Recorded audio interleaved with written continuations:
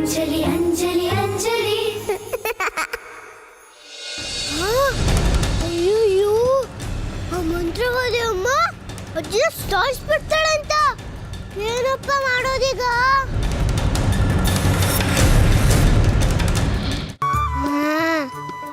Idea. Doctor ಬರ್ಕೊಟ್ಟೆ ಚೀಟಿ please ನೀನು ನನ್ನ ಹತ್ರ ಗಾಳಿಲಿ ಹಾರ್ಕೊಂಡ್ ಬಾ ಪ್ಲೀಸ್.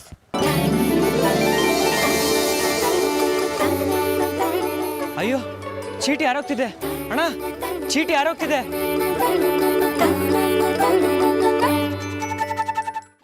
ಅಯ್ಯಯ್ಯೋ ಹಾಗೆ ಡ್ರೈವರೇ ಇಲ್ವಲ್ಲಪ್ಪ, ಏನ್ ಮಾಡೋದೀಗ? ನಂಗೆ ಕಾರ್ ಓಡ್ಸಕ್ಕೂ ಬರಲ್ಲ.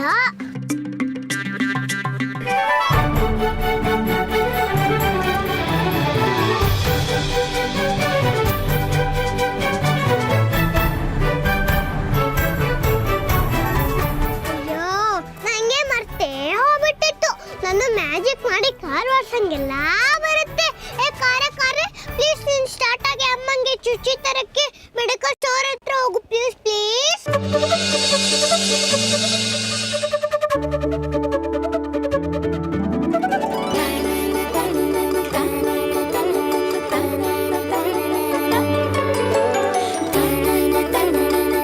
ಮೈ ಗಾಡ್, ಕಾರ್ ತಾನಾಗೆ ಮೂವ್ ಆಗ್ತಾ ಇದೆ. ನನ್ನ ಹ್ಯಾಂಡ್ ಬ್ರೇಕ್ ಹಾಕ್ಬಿಟ್ಟು ಬಂದಿದ್ದಲ್ಲ, ಇಟ್ಸ್ ಅನ್ಬಿಲೀವಬಲ್. ಹಲೋ, ಯಾರಾದ್ರೂ ಕಾರ್ ನಿಲ್ಸಿ. Hello car, hello.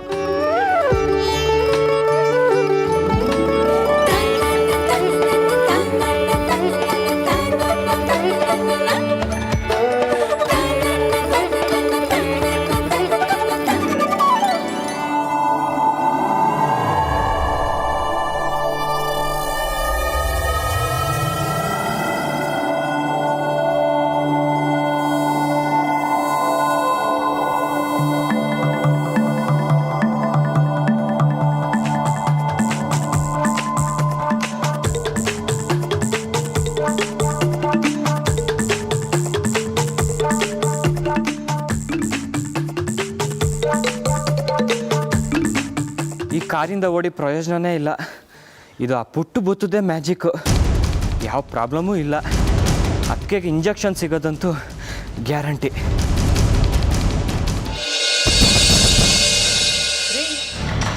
ನೋಡಿದ್ರಾ ಆ ರಾಗಿಣಿನು ಮಾಲ್ತಿ ಇಬ್ರು ಸೇರ್ಕೊಂಡು ಎಂತ ಮನೆ ಹಾಳು ಕೆಲಸ ಮಾಡಿದಾರಂತ. ಅಲ್ಲ, ರಾಗಿಣಿ ಸ್ಟೇಷನಿಂದ ಬರೋದ್ರೊಳಗಡೆ ನಾವ್ ಎಲ್ಲಿ ಆ ಮುದುಕಿ ಆಸ್ತಿನ ನಮ್ಮ ಹೆಸರಿಗೆ ಬರ್ಸ್ಕೊತೀವೋ ಅಂತ ರಾತ್ರಿ ಮುದುಕಿನ ಎತ್ತಂಗಡಿ ಮಾಡಿ ಎಲ್ಲೋ ಬಚ್ಚಿಟ್ಟಿದ್ದಾರೆ. ಎಂತ ಚಾಲಾಕಿಗಳ್ರಿ ಅವರು.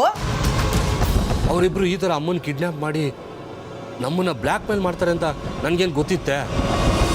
ರೀ, ಅವರು ನಿಮ್ಮ ತಾಯಿ, ಸ್ವಲ್ಪ ಕಾಳಜಿ ನಿಮಗೂ ಇರಬೇಕು. ನಾವೇನೋ ಆಸ್ತಿಗೆ ಬಾಯ್ ಬಿಡ್ತೀವಿ ನಿಜ, ಆದರೆ ನೀವು ಆ ರೀತಿ ಅಲ್ವಲ್ಲ. ರಾಗಿಣಿ ಮಾಲ್ತಿ ಇಬ್ರು ಆಸ್ತಿ ಆಸೆಗೋಸ್ಕರ ಮುದುಕಿನ ರಾತ್ರಿ ಕಿಡ್ನಾಪ್ ಮಾಡಿದ್ದಾರೆ. ಮಗ ಆಗಿ ನಿಮ್ಗೆ ಸ್ವಲ್ಪನೂ ನೋವು ಸಂಕಟ ಏನೂ ಆಗಲ್ವಾ?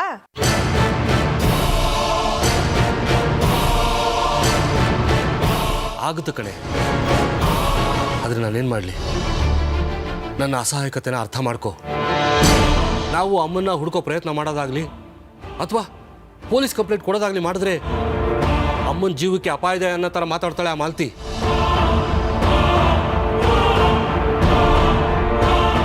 ಸ್ವಾಭಿಮಾನ, ಸಿಟ್ಟು, ಸಂಕಟಕ್ಕಿಂತ ಈ ಪರಿಸ್ಥಿತಿಲಿ ಅಮ್ಮನ ಜೀವನ ಮುಖ್ಯ ಕಣೆ.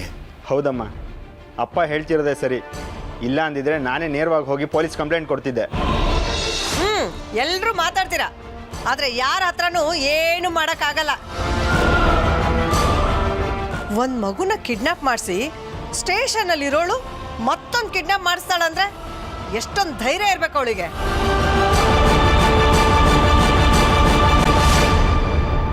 ಅತ್ತೆ, ನನಗೆ ಧೈರ್ಯ ಇಲ್ಲ ಅಂತ ಅನ್ಕೋಬೇಡಿ. ಇದು ನಿಮ್ಮನೇ ವಿಷಯ. ನಾನು ಮುಂದೆ ಹೋದರೆ ಚೆನ್ನಾಗಿರಲ್ಲ ಅಂತ ಸುಮ್ಮನಿದ್ದೀನಿ. ನೀವೀಗಲೇ ಹೂ ಅನ್ನಿ, ಮಾಲ್ತಿ ಅತ್ತೆ ಮೇಲೆ ಕಂಪ್ಲೇಂಟ್ ಕೊಟ್ಟು ಬರ್ತೀನಿ. ಬೇಡಮ್ಮ, ಅಂಥ ಕೆಲಸ ಏನಾದರೂ ಮಾಡಿಬಿಟ್ಯಾ?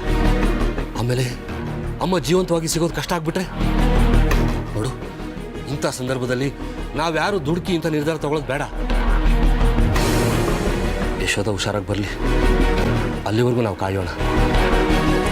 ರೀ, ಆ ಯಶೋದೆ ಹೋಗಿ ರಾಗಿಣಿ ಮೇಲೆ ಕಂಪ್ಲೇಂಟ್ ಕೊಡ್ತಾಳಂತ ನಿಮ್ಗೆ ಇನ್ನೂ ಭರವಸೆ ಇದೆಯಾ?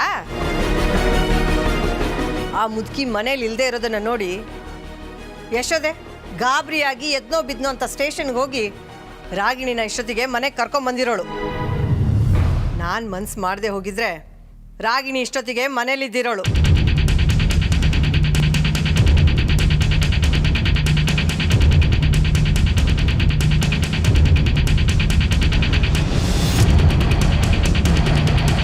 ಅತ್ತೆ ಏನು ಹೇಳ್ತಿದ್ದೀರಾ?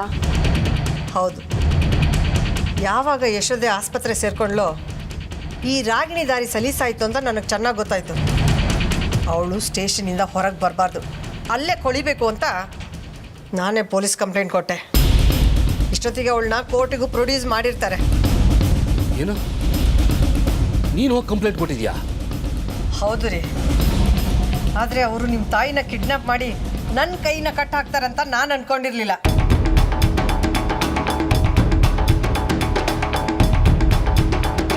ಭಾಮಿನಿ, ದ್ವೇಷದಿಂದ ದ್ವೇಷ ಬೆಳೆಯೋದು.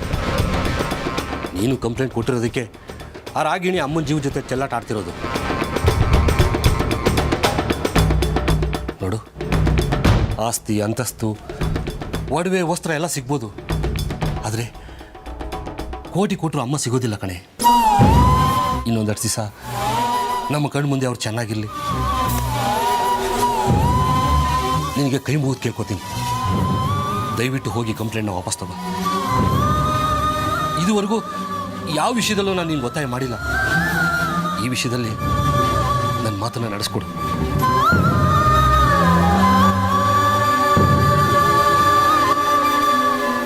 ಆಯಿತು ಬಿಡಿ, ನಿಮ್ಮ ಮನಸ್ಸನ್ನ ಅರ್ಥ ಮಾಡ್ಕೊಳ್ದೇ ಇರೋಷ್ಟು ಕೆಟ್ಟೋಳು ನಾನಲ್ಲ. ನಾನು ಕಂಪ್ಲೇಂಟ್ನ ವಾಪಸ್ ತಗೊಳ್ತೀನಿ. ಆದರೆ ಆ ದರಿದ್ರ ಮಗು ಯಶೋದೆದು. ಅವಳೇನಾದರೂ ತಲೆ ಕೆಟ್ಟು ಆ ರಾಗಿಣಿ ಮೇಲೆ ಕಂಪ್ಲೇಂಟ್ ಕೊಟ್ಟರೆ ಜೀವನ ಪೂರ್ತಿ ರಾಗಿಣಿ ಜೈಲಲ್ಲೇ ಕೊಳಿತಾಳೆ. ಆಗ ಮುದುಕಿ ಗತಿ ಏನಾಗುತ್ತೋ, ನಮ್ಮ ಆಸ್ತಿ ಯಾರು ಪಾಲಾಗುತ್ತೋ ಆ ದೇವರಿಗೆ ಗೊತ್ತು.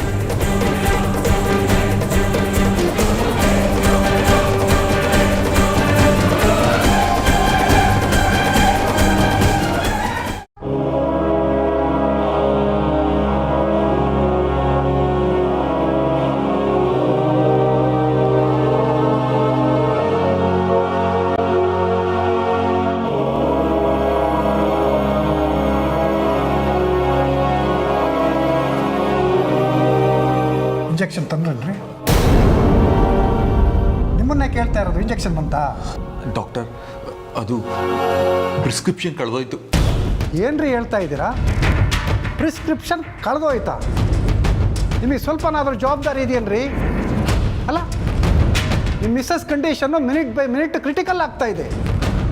ನೀವು ನೋಡಿದ್ರೆ ಮಕ್ಕಳ ಥರ ಪ್ರಿಸ್ಕ್ರಿಪ್ಷನ್ ಕಳೆದೋಯ್ತು ಅಂತ ಹೇಳ್ತಾ ಇದ್ರಲ್ರಿ? ಇಲ್ಲ ಸರ್, ಬೈ ಮಿಸ್ಟೇಕ್ ಹಾಗಾಯಿತು. ಯಾರೂ ಟೆನ್ಷನ್ ಮಾಡ್ಕೊಳ್ಳೋ ಅಗತ್ಯ ಇಲ್ಲ. ಇನ್ನೊಂದು 10 ಮಿನಿಟ್ಸಲ್ಲಿ ಇಂಜೆಕ್ಷನ್ ಬರುತ್ತೆ ಡಾಕ್ಟರ್. Are you mad? ಇವ್ರು ನೋಡಿದ್ರೆ ಪ್ರಿಸ್ಕ್ರಿಪ್ಷನ್ ಕಳೆದೋಗಿದೆ ಅಂತ ಹೇಳ್ತಾ ಇದ್ದಾರೆ, ನಿಮ್ಮನ್ನು ನೋಡಿದ್ರೆ ಇಂಜೆಕ್ಷನ್ ಬರ್ತಾ ಇದೆ ಅಂತ ಹೇಳ್ತಾ ಇದ್ದೀರಾ. ಏನು ತಮಾಷೆ ಮಾಡ್ತಾ ಇದ್ದೀರಿ ನೀವು? ನೀವೇನಾದರೂ ಮಾಡ್ಕೊಳ್ರಿ. ನಿಮ್ಮ ವೈಫ್ ಲೈಫ್ಗೆ ಏನಾದರೂ ಹೆಚ್ಚು ಕಡಿಮೆ ಆಗಿ ಜನ ಕರ್ಕೊಂಬಂದು ನಮ್ಮ ಹಾಸ್ಪಿಟ್ಲ್ ಮುಂದೆ ನಿಲ್ಲಿಸಿ ನನ್ನೊಂದು ದೂರಬೇಡಿ. I will wait for 10 minutes only. ಅಷ್ಟರೊಳಗಡೆ ಇಂಜೆಕ್ಷನ್ ಬಂದರೆ ಸರಿ, ಇಲ್ಲ ಅಂತಂದರೆ ನಿಮ್ಮ ವೈಫ್ನ ಕರ್ಕೊಂಡು ಬೇರೆ ಹಾಸ್ಪಿಟ್ಲಿಗೆ ಹೋಗಿ.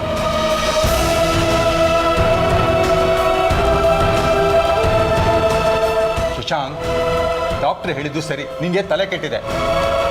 ಅಲ್ಲ, ನಾನು ಇನ್ನೊಂದು ಪ್ರಿಸ್ಕ್ರಿಪ್ಷನ್ ಬರೆಸ್ಕೊಂಡು ಇಂಜೆಕ್ಷನ್ ತರಬೇಕು ಅಂತಿದ್ರೆ ಇಂಜೆಕ್ಷನ್ ಬರುತ್ತೆ ಅಂತ ಹೇಳ್ತಿದ್ಯಲ್ಲ, ಅದು ಇಲ್ಲಿ ಬರೋಕ್ಕೆ ಹೇಗೆ ಸಾಧ್ಯ? ಅಥವಾ ಇಲ್ಲಿ ಯಾರಾದರೂ ಬಂದು ಮ್ಯಾಜಿಕ್ ಮಾಡ್ತಾರಾ? ಡೋಂಟ್ ವರಿ ಬ್ರದರ್, ಖಂಡಿತ ಮ್ಯಾಜಿಕ್ ನಡೆದೇ ನಡೆಯುತ್ತೆ.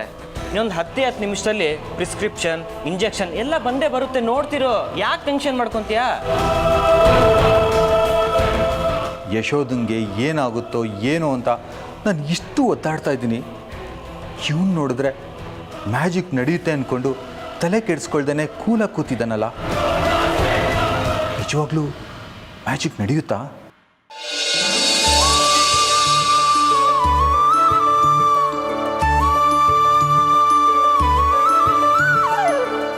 ಕರೆ ಕರೆ, ಇನ್ನು ಫಾಸ್ಟಾಗಿ ಹೋಗು ಪ್ಲೀಸ್ ಪ್ಲೀಸ್.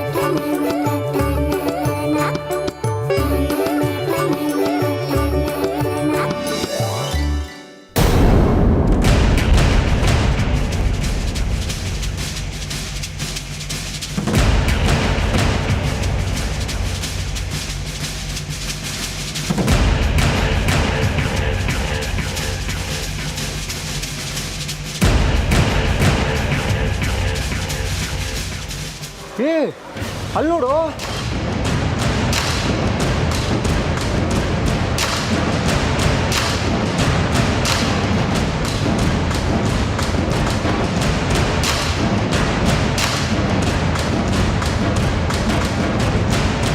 ಅಯ್ಯೋ ಯಾಕೆ ಹೆದರ್ಕೊಂತಿದ್ದೀರಾ? ನಾನು ಭೂತ ಅಲ್ಲ, ಅಂಜಲಿ. ನಾನು ನಿಮ್ಗೇನು ಮಾಡಲ್ಲ. ಅಮ್ಮಂಗೆ ಚುಚ್ಚಿಬೇಕು, ಬೇಗ ಕೊಡಿ. ಕೊಡಿ ಕೊಡಿ ಕೊಡಿ ಕೊಡಿ ಕೊಡಿ. ರಾಜೇಶ, ಈ ಭೂತ ನಮ್ಮ ಹತ್ತತ್ರನೇ ಬರ್ತಾ ಇದೆ. ಕುಟ್ಕಿ ಎಸ್ಕಿ ಸಾಯಿಸ್ಬಿಡುತ್ತೆ ಅನ್ಸುತ್ತೆ ಕಣೋ. ಹೌದು ಕಣೋ. ಎಲ್ಲೋ ನಮ್ಮ ಓನರು ಎಕ್ಸ್ಪೈರ್ ಆಗಿರೋ ಮಾತ್ರೆ ಕೊಟ್ಟಿದ್ದಾರೆ, ಅದನ್ನ ತಿಂದು ಯಾರೋ ಸತ್ತೋಗ್ಬಿಟ್ಟಿದ್ದಾರೆ. ಇದು ಭೂತ ಆಗಿ ನಮ್ಮನ್ನ ಸಾಯಿಸಕ್ಕೆ ಬಂದಿದಿರ್ಬೇಕು. ಅಯ್ಯೋ ಭೂತ, ನಾವು ಬರೀ ಕೆಲಸ ಮಾಡೋರು, ನಾವು ಓನರ್ ಅಲ್ಲ. ಓನರ್ ಬಂದಮೇಲೆ ಬೇಕಿದ್ರೆ ಅವ್ರನ್ನ ಸಾಯಿಸು. ಅಯ್ಯೋ ನಾನು ಯಾರನ್ನೂ ಸಾಯಿಸಕ್ ಬಂದಿಲ್ಲ. ಅಮ್ಮಂಗೆ ತುಂಬಾ ಹುಷಾರಿಲ್ಲ.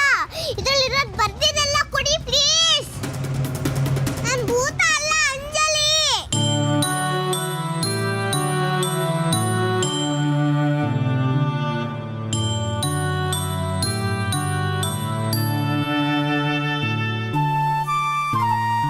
ರಾಜೇಶ, ಇದರಲ್ಲಿ ಯಾವುದೋ ಮೆಡಿಸಿನ್ ಬರ್ದಿದೆ ಕಣೋ. ಇದನ್ನ ಕೊಟ್ರೆ ಭೂತ ಹೊರಟೋಗ್ಬಿಡುತ್ತೆ. ಇರು, ಮೊದಲು ಕೊಟ್ಬಿಡ್ತೀನಿ.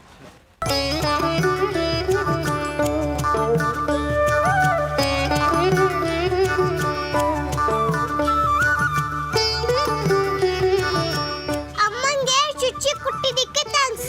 ನಿಶಾ, ನಿಂಗೂ ತುಂಬಾ ಥ್ಯಾಂಕ್ಸ್.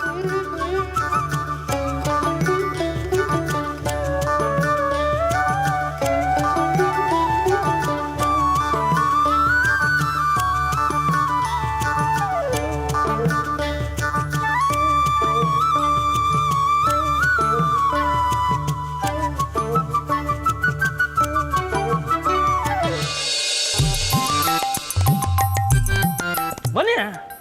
ಅಯ್ಯ ಧೈರ್ಯವಾಗಿ ಒಳಗೆ ಬನ್ನಿ. ನಾನು ಹೇಳಿದ್ನಲ್ಲ, ಇದ್ದೇ ನಮ್ಮ ಅರಮನೆ.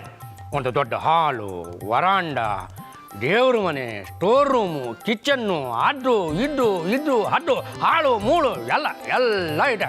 ಅದೇ ಆವಾಗಲೇ ಹೇಳ್ತಾ ಇದ್ನಲ್ಲ, ರಾಜ ಮಹಾರಾಜರಿಂದ ಹಿಡಿದು ಬಾಳೆಗಾರವರೆಗೂ ಈ ಮನೆಯಲ್ಲಿ ಆಳೆ ಬಾಳೆ ಹಾಳಾಗಿ ಹೋಗಿ ನೆಗೆದು ಬಿದ್ದು ಹೋಗಿದ್ದಾರೆ. ಅಂಥವ್ರು ವಾಸ ಮಾಡಿದಂಥ ಜಾಗ ಇದು. ರೀ, ನನಗಿದ್ನೆಲ್ಲ ಕಟ್ಕೊಂಡು ಏನ್ರಿ ಆಗ್ಬೇಕಾಗಿದೆ? ಓನರ್ ಮಾರಕ್ಕೆ ಒಪ್ಕೊಂಡ್ರಲ್ಲ, ಅಷ್ಟು ಸಾಕು. ಬಿಡ್ತೀನ? ನಾನು ಬಿಡ್ತೀನ? ಯಾರು ಹೇಳಿ? ಅಲ್ಲ, ನಾನು ಯಾರು ಹೇಳಿ? ಬಲ, ಮಹಾಬಲ ಅಂತ ಅಯ್ಯ ಅಪ್ಪ ಸ್ವಾಮಿ ಅವ್ರನ್ನೇ ಬಿಡಲ್ಲ ನಾನು. ಇನ್ನು ಆಫ್ಟರ್ ಆಲ್ ಈ ಮುದುಕಿನ ಬಿಟ್ಬಿಡ್ತೀನ? ಹೇಳಿ ಕೇಳಿ ಸಾಯೋ ಮುದುಕಿ ಅದು. ಸ್ಮಶಾನಕ್ಕೆ ಹೋಗೋ ಹೆಣ ಯಾಕಿದ್ರು ನಮಗೇನಂತೆ?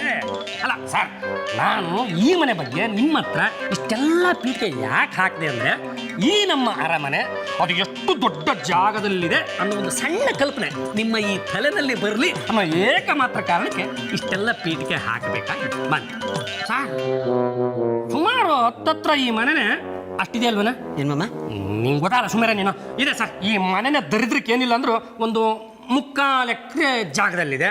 ಇನ್ನು 4 ಕಡೆ ಸುತ್ತಮುತ್ತ ಖಾಲಿ ಇರೋ ಜಾಗ, ಆ ಮರ ಎಲ್ಲ ಕ್ಲಿಯರ್ ಮಾಡಿಸ್ಬಿಟ್ರೆ ಅಲ್ಲಿ ನಿಮಗೆ 1 ಎಕರೆ ಸಿಗುತ್ತೆ. ಇನ್ನು ಈ ಅರಮನೆ ಸುತ್ತಮುತ್ತ ಇರ್ತಕ್ಕಂಥ ಶೀಟ್ ಮನೆ, ಗುಡಿಸಲುಗಳು, ಅವನ್ನೆಲ್ಲದನ್ನು ನೀವು ತೆರವುಗೊಳಿಸ್ಬಿಟ್ರೆ ಅಲ್ಲಿ ನಿಮಗೆ ಹತ್ತತ್ರ ಒಂದು ಅಷ್ಟು ಸಿಗುತ್ತೆ. ಒಂದು ದರಿದ್ರಕ್ಕೆ 2 ಎಕರೆ ಏನಾದರೂ ಸಿಗುತ್ತೆ ಸರ್.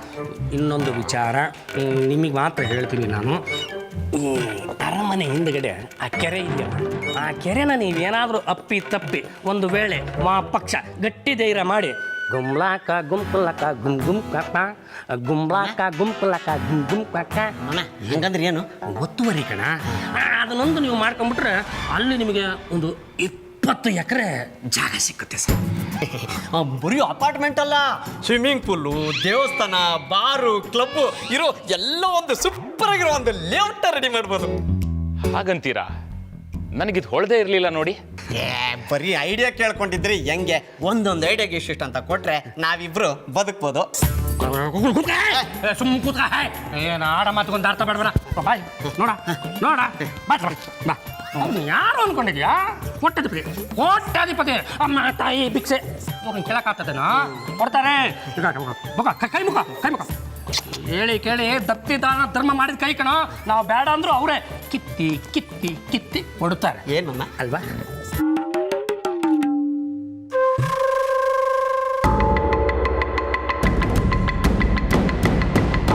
ಏನ್ರಿ ಇಷ್ಟೊತ್ತಲ್ಲಿ ಬಂದಿದ್ದೀರಾ? ಇವ್ರ್ಯಾರು? ಹೊಸ ಬಾಡಿಗೆಯವರಾ? ಅಲ್ರಿ, ನಾವೇ ನಿಮಗೆ ಮನೆ ಬಿಡ್ತೀವಿ ಅಂತ ಹೇಳಿದೀವ. ರಾತ್ರಿ ಯಾರನ್ನೋ ಕರ್ಕೊಬಂದು ಮನೆ ಒಳಗೆ ನುಗ್ಗಿದ್ದೀರಲ್ಲ, ನಿಮ್ಗೇನು ಹೇಳೋರು ಕೇಳೋರು ಯಾರು ಇಲ್ವಾ? ಅಯ್ಯೋ ರಾಮನೆ, ಅಲ್ಲ ನಿಮ್ದೊಳ್ಳೆ ಕತೆ ಆಯ್ತಲ್ಲ ಅಂತ. ಅಲ್ಲ ನಮ್ಮ ಮನೆ ಒಳಗಡೆ ನಾವು ಬರೋದಕ್ಕೆ ಬೇರೆ ಪರ್ಮಿಷನ್ ಯಾಕೆ ಬೇಕು ಅಂತ. ಅಲ್ಲ ತಪ್ಪನ್ನ ನಿಮ್ಮ ಕಡೆನೇ ಇಟ್ಕೊಂಡು ನಮ್ಮ ಮೇಲೆ ಜೋರು ಮಾಡ್ತಿರಲ್ಲ ನೀವು. ಇಷ್ಟೊತ್ತಾಗಿದೆ, ಬಾಗಿಲನ್ನ ಹಾರು ಹೊಡ್ಕೊಂಡು ಒಳಗಡೆ ಹೋಗಿ ಮಲಗಿದಿರಲ್ಲ. ಯಾವನಾದ್ರೂ ಕಳ್ಳ ತಪ್ಪಿ ಮನೆ ಒಳಗಡೆ ನುಗ್ಗಿ ಕಿಟಕಿ ಬಾಗಿಲು ಬೋಲ್ಟ್ನ ಎಲ್ಲ ಬಿಚ್ಕೊಂಡು ಹೋಗ್ಬಿಟ್ರೆ ನಾವು ಯಾರ ಹತ್ರ ಹೋಗಿ ಬಂಪಡಿ ಹೊಡ್ಕೊಳ್ಳೋಣ? ಈಗ ಹೇಳ.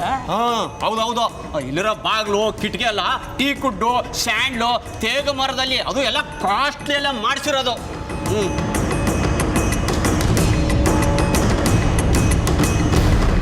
ಆಂಟಿ ಸಾರಿ ಬಾಬೆ, ನೀವು ಬಾಯ್ ಇದೆ ಅಂತ ಹೇಳ್ಬಿಟ್ಟು ಬಾಯಿಗೆ ಬಂದಂಗೆಲ್ಲ ಮಾತಾಡಿ. ನೀವು ಬಂದ್ರೆ ಕರೀರಿ, ಇರೋ ಬರೋರ್ನ ಎಲ್ಲರನ್ನೂ ಕರೆದ್ಬಿಡಿ. ಅಲ್ಲ ಇವ್ರನ್ನ ಯಾರು ಅನ್ಕೊಂಡಿದ್ರ? ಇವ್ರೇನು ಆದಿ ಬೀದಿಲಿ ಹೋಗೋ ತಗಡು ತುಕಾಲಿ ತಿರ್ಬೋಕೆ ಅನ್ಕೊಂಡ್ಬಿಟ್ಟಿದ್ರ? ಮಾಡ್ತೆ ಹೇಳ ಅವ್ರು ಯಾರು ಅಂತ ಹೇಳ. ಹೌದು, ಯಾರು ಮಾಮ ಇವರು? ನಾನೇ ಹೇಳ್ತೀನಿ. ಇವರು ಬೆಂಗಳೂರಿನ ಗ್ರೇಟ್ ಬಿಲ್ಡರ್ ಕಟ್ಟಪ್ಪ ಅಂತ. ಬಾಹುಬಲಿ ಕಟ್ಟಪ್ಪ ಗೊತ್ತಲ್ವಾ? ಅವ್ರಿಗಿಂತ ಮೊದಲೇ ಈ ಅಪ್ಪ ಹುಟ್ಟವನೆ. ಬೆಂಗಳೂರಲ್ಲಿರೋ ಅರ್ಧ ಅಪಾರ್ಟ್ಮೆಂಟ್ ಕಟ್ಟಿದವನೇ ಈ ಅಪ್ಪ, ಗೊತ್ತಾ? ಬಂದ್ರು ಇವರು ನಮಗೆ ಎದುರ್ಸಕ್ಕೆ.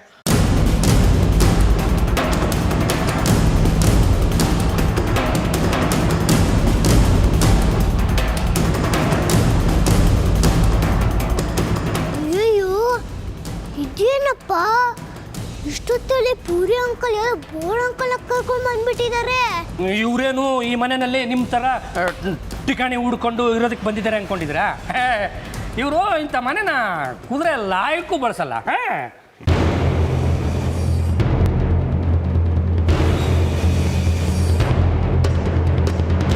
ಮತ್ತೆ ಇವ್ರು ಯಾಕೆ ಇಲ್ಲಿ ಬಂದಿದ್ದಾರೆ? ಒಳ್ಳೆ ಪ್ರಶ್ನೆ ಕೇಳಿದ್ರಿ ನೀವು. ಇವರು ಒಂದು ಸಿಕ್ಕಾಪಟ್ಟೆ ದೊಡ್ಡ ಕನಸನ್ನು ಇಟ್ಕೊಂಡು ಬಂದಿದ್ದಾರೆ. ಈ ಮನೆನ ಉಡಾಯಿಸಿ ಈ ಜಾಗದಲ್ಲಿ ಇಲ್ಲೊಂದು ದೊಡ್ಡ ಲೇಔಟ್ ಮಾಡಬೇಕು ಅಂದ್ಕೊಂಡಿದ್ದಾರೆ ಸಾಹೇಬರು.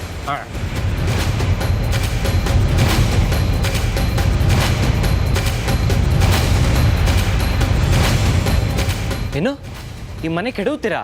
ಅಯ್ಯೋ, ಉಡಾಯಿಸೋದು ಅಂದ್ರೆ ಈ ಮನೆ ಕೆಡವದ? ನನ್ನ ಮನೆ ಯಾಕೆ ಬೆಳೆಸ್ತೀರಾ? ಇದು ನನ್ನ ಮನೆ. ತಿರ್ಗ ಮಗ ಹೌದು, ಈ ಮನೆ ನಾನು ಕೊಂಡ್ಕೋತಿದ್ದೀನಿ. ಇದನ್ನು ಕೆಡವಿ ಇಲ್ಲೊಂದು ಲೇಔಟ್ ಮಾಡೋಣ ಅಂತಿದ್ದೀನಿ. ನೀವೆಲ್ಲರೂ ಬೇರೆ ಮನೆ ನೋಡ್ಕೊಂಡು ಆದಷ್ಟು ಬೇಗ ಈ ಜಾಗ ಖಾಲಿ ಮಾಡಿ. ನೀವ್ ಯಾರು ನನ್ನ ಮನೆ ಕೆಡವಕ್ಕೆ? ನಾನು ಈ ಮನೆ ಕೆಡಕ್ ಬಿಡಲ್ಲ. ಏನ್ ಎಲ್ಲಾರು ಮುಖ ನೋಡ್ತಾ ನಿಂತಿದ್ದೀರಾ? ಈ ಮನೆ ಕೆಡಬಾರ್ದು ಅಂತ ಹೇಳಿ. ನೋಡಿ, ನೀವು ಹಿಂಗೆ ಏಕಾಏಕಿ ಬಂದು ಮನೆ ಬಿಡಿ ಅಂತ ಹೇಳಿದ್ರೆ ನಮ್ಮ ಕೈಲಿ ಬಿಡೋಕ್ಕಾಗಲ್ಲ. ನಾವಿಲ್ಲಿರೋವರೆಗೂ ಈ ಮನೆನ ನೀವು ಕೆಡವಕ್ಕೂ ಆಗಲ್ಲ. ಅಮ್ಮ ಏನು ಅಮ್ಮ ತಿರ್ಗಾ ಮುರ್ಗ ಹೇಳಕ್ ನಮ್ಮ ಕೈಲಿ ಆಗಲ್ಲಮ್ಮ. ನಮ್ಮ ಸಾಹೇಬರು ಈ ಜಾಗದಲ್ಲಿ ಒಂದು ದೊಡ್ಡ ಲೇಔಟನ್ನ ಮಾಡಬೇಕು ಅಂದ್ಕೊಂಡಿದ್ದಾರೆ. ಅದಕ್ಕೆ ನಮ್ಮ ಓನರು ಒಪ್ಕೊಂಡಿದ್ದಾರೆ. ಮಧ್ಯದಲ್ಲಿ ನಿಮ್ದೇನ್ರಿ ತಕರಾರು? ಏನು ನರಿ ಕೂಗು ಗಿರಿ ಮುಟ್ಟುತ್ತಾ? ನಟ್ಟಿಲ್ದಿರೋ ಕೂಗು ಟವರ್ ಮುಟ್ಟುತ್ತಾ?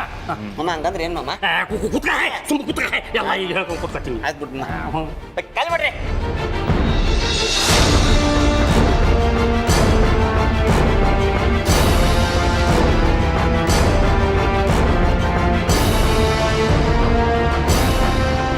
ಟೈಮಲ್ಲಿ ಅಮ್ಮನೂ ಇಲ್ಲ. ಈ ಮನೆಯಲ್ಲೇ ಬೀಚ್ ಬಿಟ್ರೆ ನನ್ಗೆ ಎಲ್ಲ ಹೋಗ್ಲಿ? ನಮ್ಮಮ್ಮ ವಾಪಸ್